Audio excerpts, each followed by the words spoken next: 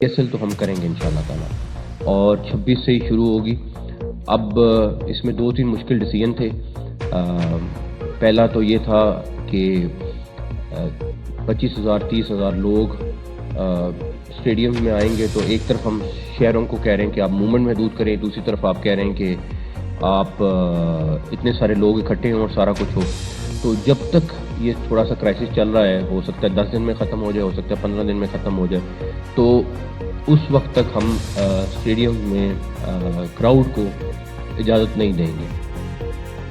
تو جو مطلب یہ ہے کہ میچز جو ہوں گے وہ بغیر کراؤڈ کے ہوں گے۔ انفارچونیٹلی یہ مشکل ڈیسیجن تھا، لیکن ہمیں کرنا پڑا۔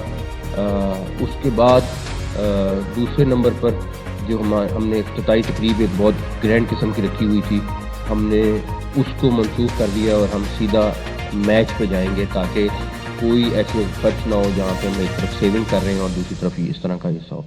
اچھا، اب بہت بڑا سوال یہ ہے کہ اگر کراؤڈ نہیں آتا تو فرینچائز کو نقصان بھی ہوتا ہے، کیونکہ اس کی 95% فیس جو ہے وہ ہماری فرینچائز کو جاتی ہے، اور آپ کو پتہ ہے کہ کچھ فرینچائز تو اس ٹائم اتنی مہنگی گئی ہیں کہ انہوں نے اپنے ہر ایک چیز کو کیلکولیٹ کیا ہوا تھا۔ جو ہماری پرانی والی ہیں وہ تو آپ سمجھ لیں کہ پینٹس پہ ہیں، 30-35 کروڑ، 25 کروڑ، 40 کروڑ اس طرح کے پرائسز پہ ہیں، جو بہت تھوڑی ہے مقابلے میں جو مہنگی گئی ہیں۔ تو ہم نے پھر یہ فیصلہ کیا ہے کہ جو گیٹ منی ہے جو ان کو جانی تھی، وہ PCB ان کو اکوموڈیٹ کرے گا، اور تاکہ ان کا نقصان کم سے کم ہو۔ یہاں پہ ہم لوڈ لے سکتے ہیں، ہم انشاءاللہ تعالیٰ لیں گے۔